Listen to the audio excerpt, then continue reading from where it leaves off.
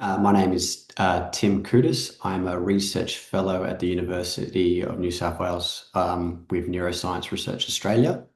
My research is focused on alterations in lipids in brain health, specifically how these alterations may contribute or make individuals susceptible to neurological diseases, including Alzheimer's disease.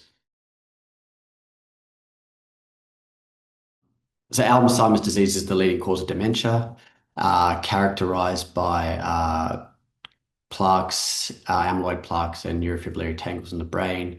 It's a debilitating disease that leads to loss of cognitive function as it progresses through its various stages.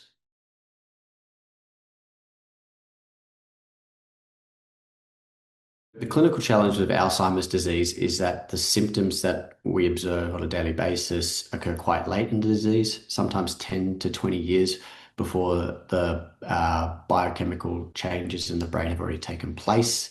So my research project is looking at a means to pick up these changes before any of the clinical symptoms develop by exploring a field of research that Alois Alzheimer originally described when he first identified Alzheimer's disease, which is looking at changes in lipids in the brain.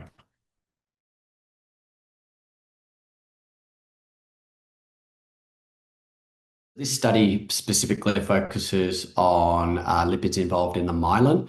So the myelin itself is actually a mixture of various lipids and proteins that come together to wrap or protect the axons, which are used or designed to transmit signals between the neurons. When these are damaged, they can potentially lead to loss of function and cognitive decline.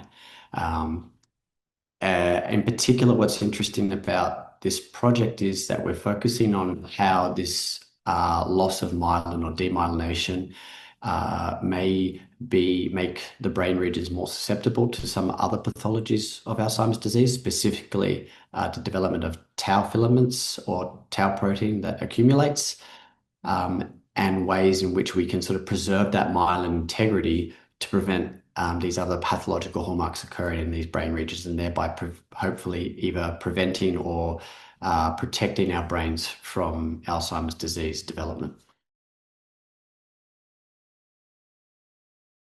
So what's interesting is in this particular project, we've identified a group of lipids that haven't really been characterized before. They're called sphingosine backbone glycosphingolipids. What's interesting about them is that these changes occur prior to any signs of loss of myelin in the brain and or other pathology that's associated with Alzheimer's disease. The other exciting thing about these particular lipids is they cross the blood-brain barrier, and they seem to be well conserved between changes in the blood and in the spinal fluid in the brain. So there's potential opportunities there as biomarker development. There's also an opportunity here to explain how the disease pattern actually occurs, given that the course of myelination or the development of myelin runs actually inverse in these brain regions to how this tauopathy occurs, meaning that where areas that are myelinated later in life have these thinner membranes and more susceptible to Alzheimer's disease pathology. And so we're looking at ways to utilize the new technology to identify these lipids, see if they're localized in areas where the myelin is actually being disrupted, and whether or not we can then look at therapeutic ways to halt or preserve that myelin through longer-term studies that using drugs that are currently actually already out there to halt or preserve the stability of this myelin.